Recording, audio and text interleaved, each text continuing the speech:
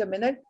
And Dr. Bhalla is also a member scientific committee of AIOS, and he is going to be showing us a different thing from what we have been seeing all along, a different thought to the whole game of cataract surgery.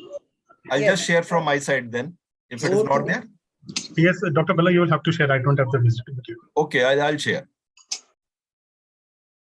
So I got a series of opacity. I think audio is not coming. I got a series of opacified IOL, and suddenly in last, we had 4 opacified IOLs, and these were all similar, and they were hydrophilic lenses. And there are various mechanisms which are supposed to be, the exact mechanism is not clear. They say it occurs mostly in hydrophilic lenses. If it is in the capsular bag place, then you find only the central part of the optic is opacified. But if it's placed in the ciliary sulcus, the whole lens may be opacified, as was the case in the present one. So the removal was really tough. Although I could free the hydrophilic lens out of the bag, and I was able to bring it into the anterior chamber, but there was all sorts of manipulation being done in spite of it, using liberal amount of the viscoelastic. You see the iris is prolapsing out, and the lens was cut into 2 pieces, and it is being removed. But you see the amount of trauma which was there was visible.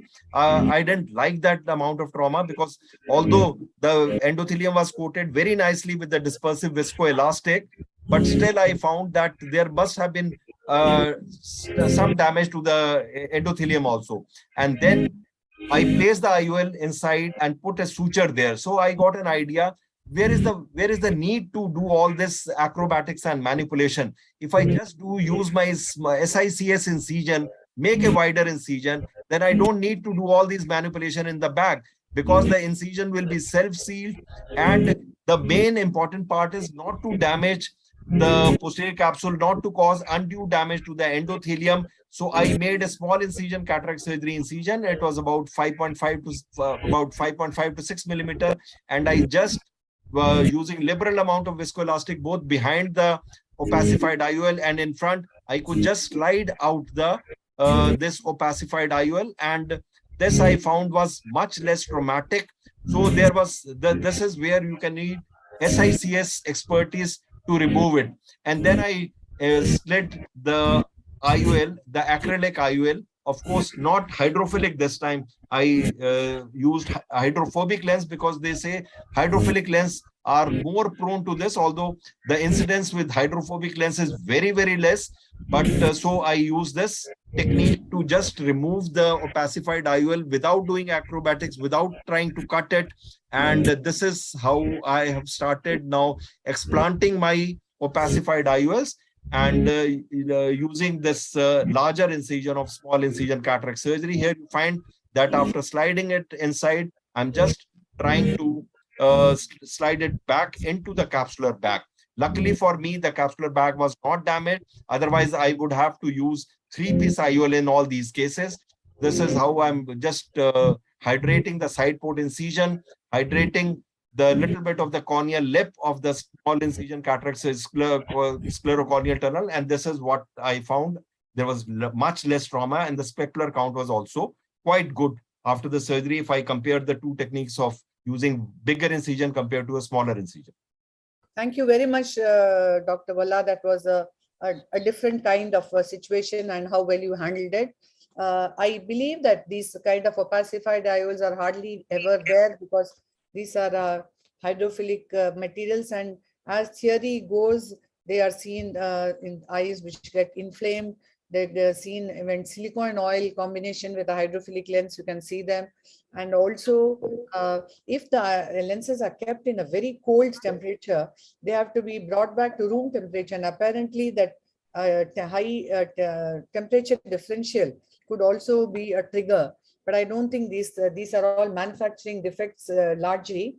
And of course, when it comes to removal of the lenses, the only challenge is not just, even if it's a very atraumatic surgery, the amount of astigmatism which is induced is what has to be factored in, and cutting these IOLs is the best way to deal with it. If there is any extra point which has to be added. May I comment? Yes. Yes. We have published two such cases in RS case reports in 2017. As Yes. Bhalla sir, always wonderful to see you and to learn from you. Hi. The other thing is what sir has correctly said, we did both through the SICS incision. So it was much better because, and plus the challenge is it's always done somewhere else. They were hydrophilic lenses. So the integrity of the posterior capsule, all the zonules and all were there. Cutting it while just lifting it slightly with viscoelastic behind it and just cutting the haptics was much easier on both sides to give two cuts to the optic to remove it and then implant a non-hydrophilic lens, a hydrophobic lens. Thank you. Anything to add, Mohan? Shall we go on to the next? Yeah. Chitra, I just have one point. What I do is when I see an opacified, in fact, we have reported 26 of these lenses way back in 2002. And I named this video as a whitewash.